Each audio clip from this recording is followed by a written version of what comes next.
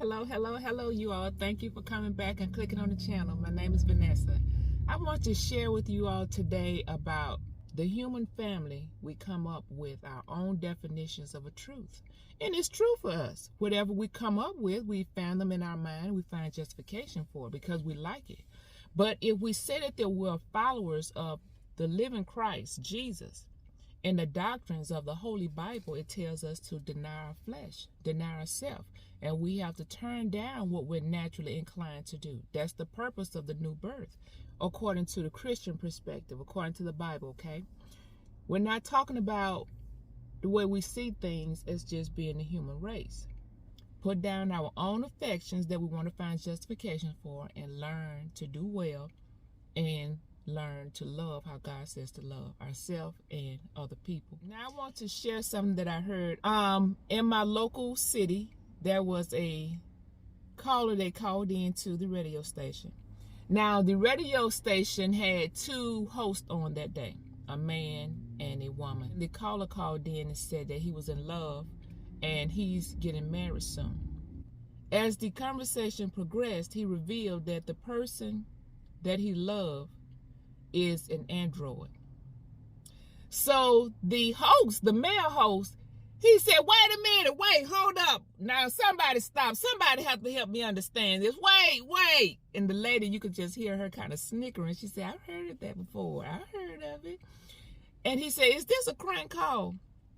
And the caller, he kind of just gotten quiet as if he became offended. But the host kept trying to get him involved in the conversation and, keep it going. He said, now, I'm not trying to make fun of you, but I'm just trying to be clear. Are you serious? And the man said, yeah, I am. He said, well, tell me more about this because I'm just not understanding. Tell me what's going on here. So the man went on to explain. And I don't remember the name of the program that he goes on to find this companion that he found, but it's AI, it's artificial intelligence. And he named it something, perspective, respective, or something. And he said, we've been talking. He had to pay for this Android session or his program. And it was quite costly. So he said that they talk every day and he has fallen in love with her. And he likes to dress her. He put different outfits on her. So she's an android. She's a figure of a woman that he built. And he is in love with her. So the host, the male host, he's still just unbelieving. He's not sold on this. He thinks that this is a crank call. He said, you serious, right? You're not pulling my leg. The man said, no, I am actually serious. I'm in love. I'm in love with this woman. So the man, he's going along with the call, but still you can hear his disbelief that in the man's explanation of what's going on. And the lady, she was like, I've heard of this. Yes, it's quite common that people are making their relationships in the on the internet as far as artificial intelligence. She even told the caller, she said, congratulations, I'm glad that you're happy. And they are getting married this June of 2022. They're getting married. Now, after the call, another caller called in and he was, making fun of the first caller. He was just kind of making light of the situation. He said, now, if he and his wife decides to go to the beach for their honeymoon, if he loses Wi-Fi, he loses his wife, right? And they had a big laugh over it.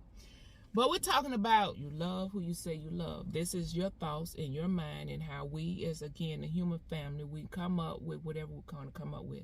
This is not new. It's not strange. We know that the internet can be of good use. It could be of bad use. Anything could be good and bad.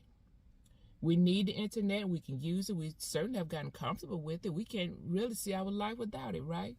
We talk to our family members on it. Many of us are meeting each other on these social platforms. You and I probably would never meet, and you probably wouldn't want to meet me. Some of you may think so, but other people that you're meeting, and you value the content that they're delivering, and you may never meet that person in person.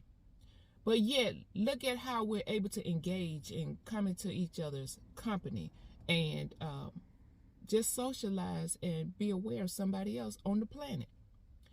We can research things, and it's right at our fingertips. You don't have to wait till you get home to get on the computer. You have a computer in your hand, on the phone, just all type of things. It can be of good use, wonderful use.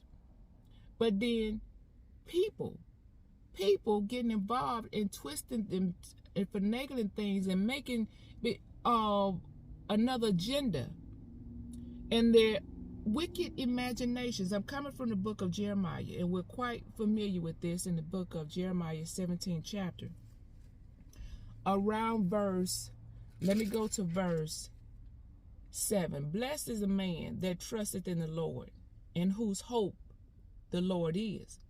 For he shall be as a tree planted by the waters, that spread out her roots by the river, and shall not see when the heat cometh. But her leaf shall be green, and shall not be careful in the year of drought, neither shall cease from yielding fruit. Now this is stability that God prepares in a person. God is the only being who can cause the created to be stable. The heart is deceitful above all things, and desperately wicked. Who can know it? And the New Living Translation, I'm reading from the King James, but the New Living Translation put that last verse as, who can know how truly bad it can be? We're talking about the imagination, not the heart pump, helping us keep our blood moving and circulate. That heart is our thinking. Who can know how bad it can actually get? Twisting and finagling things. Now we're talking about, we use that guy caller to the radio station as him finding his love there. We're not picking on him. This is not about just him. It's about everybody, all of us, the human family, how we can turn away from our human connections and we can gravitate to things. Because let's face it, many times things, our pets, can be easier to get along with than another human. Especially we don't have to listen to that human converse back to us with a disagreeable tone, disagreeable answer. So we rather just conjure up our own answer.